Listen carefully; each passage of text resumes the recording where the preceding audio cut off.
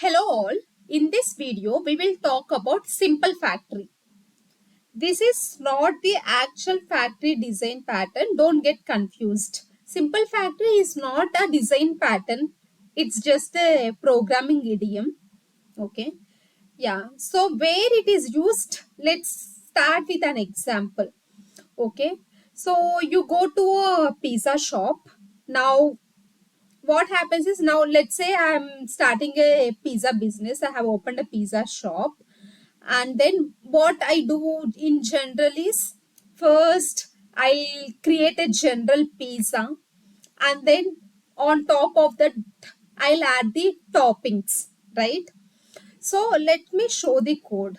So initially, when I have started the pizza store, what I'll do is, maybe I'll start with just a single pizza, right? Because when you're starting from the scratch, I'll just start with a single pizza. So here, if you see, this is my pizza store class.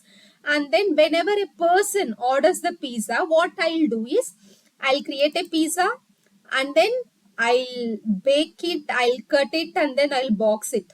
Because once you prepare a pizza and then you put it in the oven, and then you cut it into the pieces according to the customer requirement, and then you put it in the box, and then you deliver it to the customer.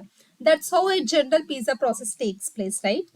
Now, since I have started off a new store, it, like, initially there will be only a single pizza, and as the customers keep coming, or as I can see the customer growth, what I'll think is, so I wanted to expand my business, and then what I'll do is, I'll incorporate more types of pizza, because there are so many kinds of pizza, right? Veg pizza, cheese pizza, and then non-veg pizzas. There are different kinds of pizza. So what I'll think is, okay, now I just have one pizza category that is getting prepared in my pizza store. To attract more customers, what I'll do is, I'll add more number of pizzas, more varieties of pizzas. So if I do so, like, if that is the requirement, how my code looks, what are the changes that I need to add it here.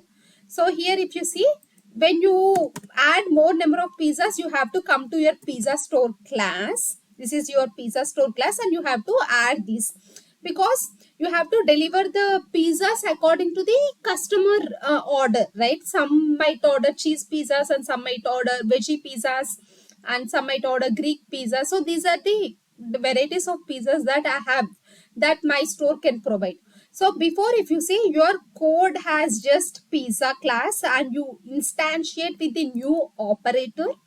And then now, when more kinds of pizzas come, what you do, you add a conditional parameter, because you have a variety of pizzas that are available in store. Which pizza or which pizza class you create, it depends on the customer requirement, right? So customer has to provide, I need this type of pizza.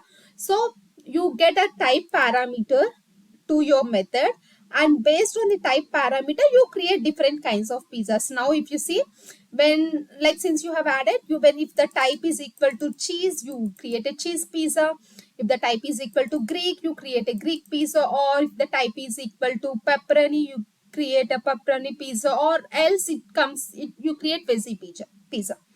Now let's suppose, custom, like, you, in your store, you are not getting more orders for Greek pizza and pepperoni pizza, and even that, you see, and you want to deprecate those pizzas and add new pizzas like clam pizza. You want to add new varieties of pizza and delete these old varieties. Then what you have to do, you come to your class again, pizza store class again, and then you have to delete these things, and then you have to add one more condition, like, if the type equal to clam, then you create clam pizza. So these are the like modifications you have to do. Now if you see, if you carefully notice here, whenever you add a new variety of pizza, or whenever you are removing a pizza, what you are doing, you are coming to this class, and then you are modifying it. Is it a right approach? Because according to the object oriented principles, your class should be closed for modification, right? It should be open for extension and it should be closed for modification. It's not following that principle because it's not closed for modification. Whenever you incorporate a new variety of pizza or removing a kind of pizza, you're coming to your class and then you're modifying it. It's not closed for modification, right? And one more thing is, whenever you make changes to this particular pizza store class, because in this pizza store you have this order pizza method, and based on the type of pizza, what you do is you create it, right? So whenever you add a varieties of pizzas, you have to test it, right? Without testing you can't deploy your code to the production. So your class is not following the open closed principle. Because of that, every time you have to test it, right? So to avoid this, what can you do? So the if you observe here, there are two things that are happening. First thing is, you are creating the pizza, and the second part is you are just calling these methods are not getting changed. Why these methods are not getting changed? Because if you see, what I have done is I have created this class, public pizza class. Okay, now here I have declared these methods and I have given some default implementation. Okay, and all my pizzas like veggie pizza, clam pizza, and cheese pizza, all my pizzas are children of this pizza class. If you see this cheese pizza, it extends pizza. And if it wants some specific implementation, like if you see, I have provided some default implementation for prepare method, bake method, cut method, and box method. Now, what I have done is cheese pizza extends pizza. So, by default, all the methods implementations that are present here would be used by cheese pizza. And if you want a specific implementation, like if you want to bake it for some more time, right? Then what you can do is you can override the method and then you can add your own implementation. And the same goes for clam pizza, Greek pizza. So if you see here, what I have done is I have created one super class pizza and all my pizzas extend that. Whatever the common functionality that is there for the pizzas, I put it in the pizza class, and then all the children specific implementations can be added in the child classes. So with this, what happened is, whenever you add a new type of pizza, you just create a new class which extends pizza class, and then you can add your own implementations, right? So with this, you are not actually changing the existing pizza classes. You are adding a new pizza class, right? So here your code is well organized. Your design is well organized. So instead, like let's say you did not use this pizza class, okay, as a super class, and what you thought is I'll create like instead of extending pizza, what I'll do is I'll create cheese pizza, or I'll create clam pizza, Greek pizza, and then what I'll do is I'll add all methods here. How I had put bake, cut, and all, what I can do is I add all methods in this. Now it's a duplication of code, right? Like instead of that, what like if you add each and every method in all these classes, few methods can be same. Like when you're cutting the pizza, in general you cut the pizza in, like if it is a regular pizza, you cut it into the 4 pieces. So that cutting is same for all. Like if you don't use this super class, your code is duplicated. So to avoid the duplication of the code, and then to to make your code more extensible, then what you have done is you have made this as a super class, and then use all the methods, you provide all the default implementations, and let the children classes, okay, child classes decide. It's up to them whether they can use this default implementations, or if they want something in specific, they can add it, right? So with this approach, you need not touch or you need not modify the existing classes. So that is well handled here. Now, in the pizza store class, what happened is, since every time a new pizza, like since it depends on the children pizzas, big children pizzas, it has to create it. Whenever a new pizza added, you have to add the logic. because finally, like we have discussed, like always program to an interface, not an implementation. But ultimately, whenever you are creating an object, you have to create the object for the children class. Because if you see here, what had happened is since you have followed this process for the pizza, like you are programming to an interface, not an implementation. What you had done, you had instantiated, like whatever the cheese pizzas, clam pizza, and the veggie pizzas you have created, you have assigned it to the pizza, right? If you did not add this pizza superclass and you just went ahead and created cheese pizza, clam pizza, veggie pizzas, what you have to do?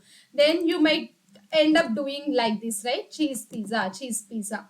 Now, right?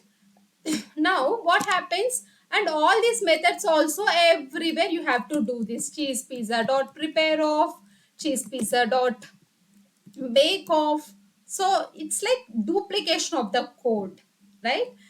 Instead of that, what you have done is you have created a super class, and then though you are instantiating the children methods, children classes, but you are assigning this child class to the super type, right? So you are programming to an interface, not an implementation. So with this approach, what you have done, you need not duplicate these prepare bake off methods in the pizza classes. And what you have, like even here in the pizza store class also, you need not do like this. What you can simply do is just assign this to the pizza class, and at the end call those methods, right? But the pain point here is whenever a new pizza is added, you have to change this class again and again. Even in this method also, only this part is getting changed again and again. This part remains same, right? Because all these methods are present in the super type, so that these method, you call these methods, these won't change. Whatever the implementation that is present in the prepare of, that can be called. Only this part is changing, right?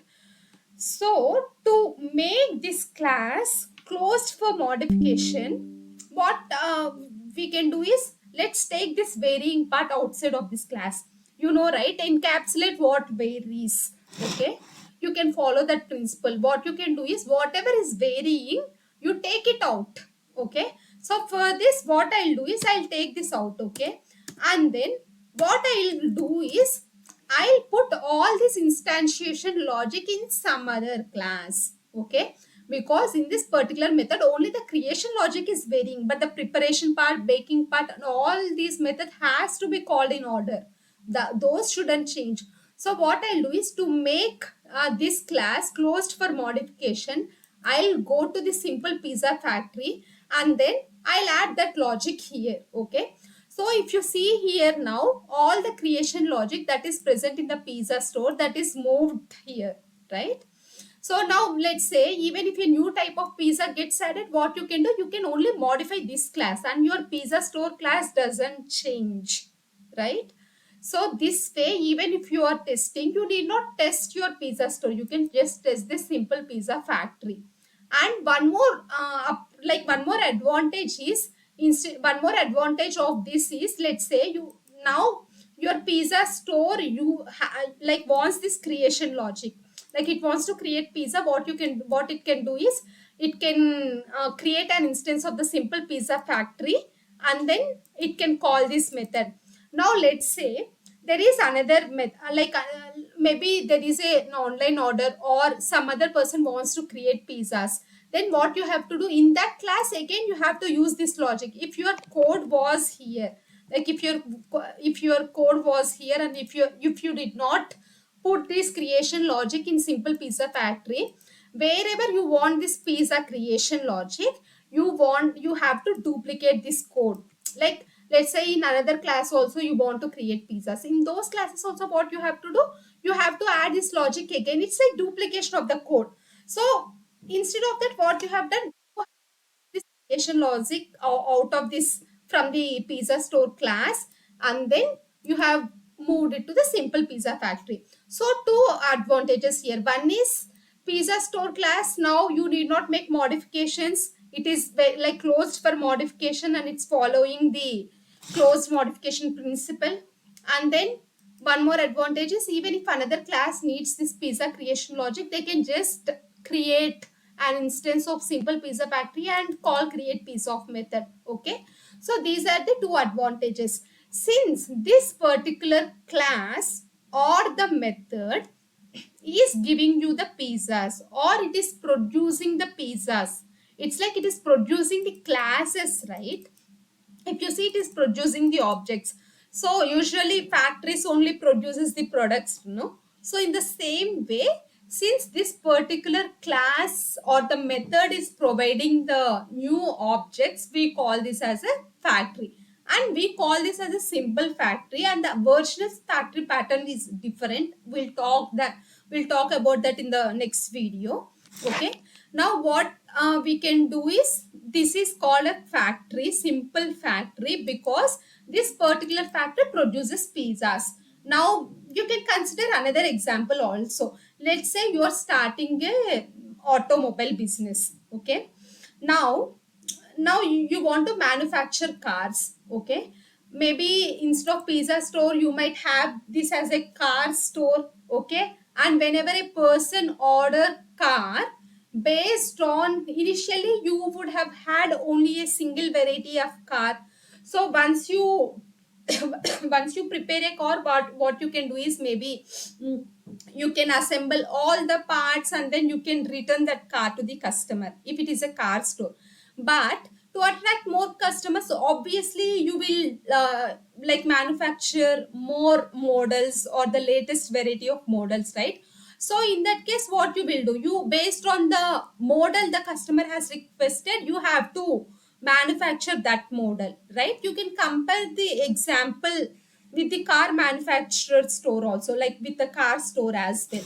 So in that case as well, based on the model the customer has provided, you have to manufacture that car, and then you would have had other things also, like you have to assemble it, or you provide few extra accessories to the customer. So providing those accessories might be common for all the cars. So all that common part you can put it here, and based on the model the customer has requested, you have to create those cars. So in that case also, you'll end up in the same problem. Like whenever a new model comes in, or whenever the old model gets deprecated, you have to come to the car store class, and then you have to modify that.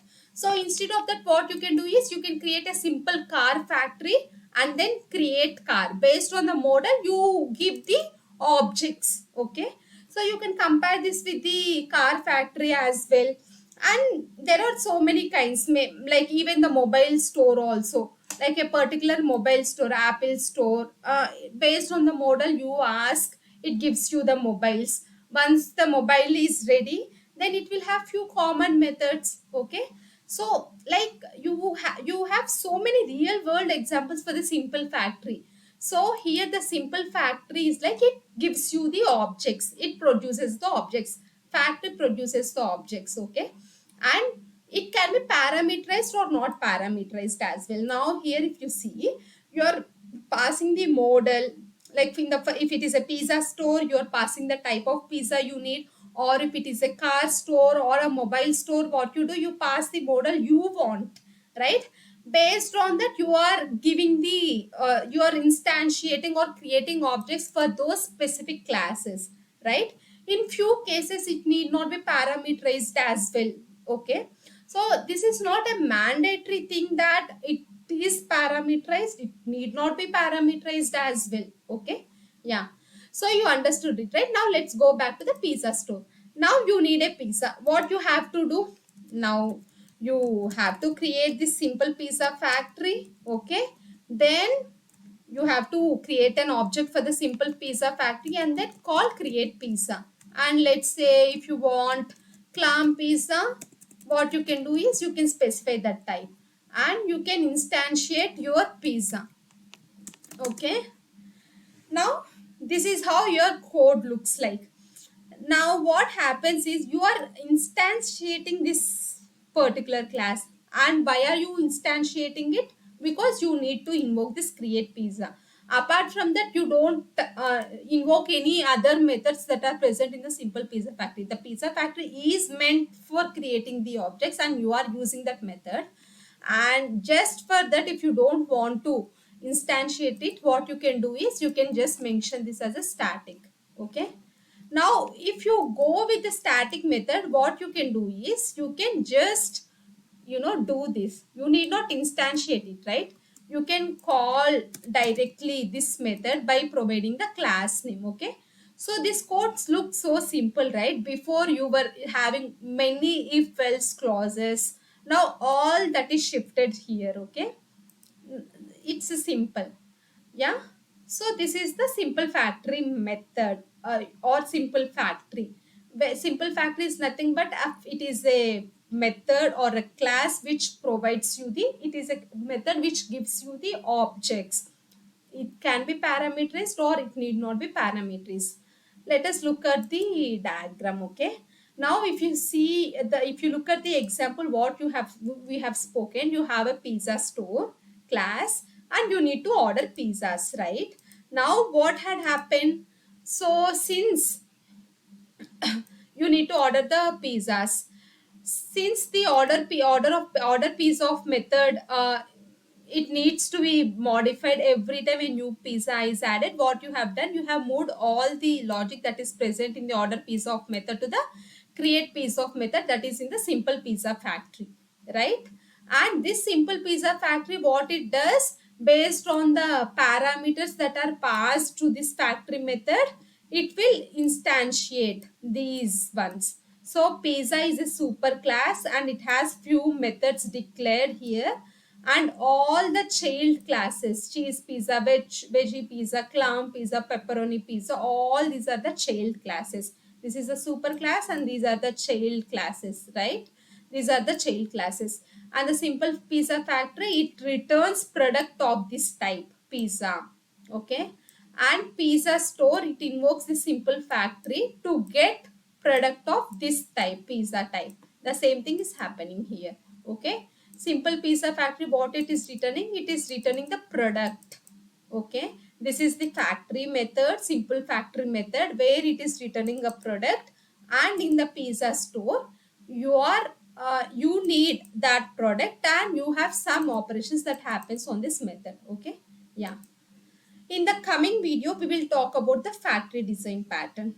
Thank you.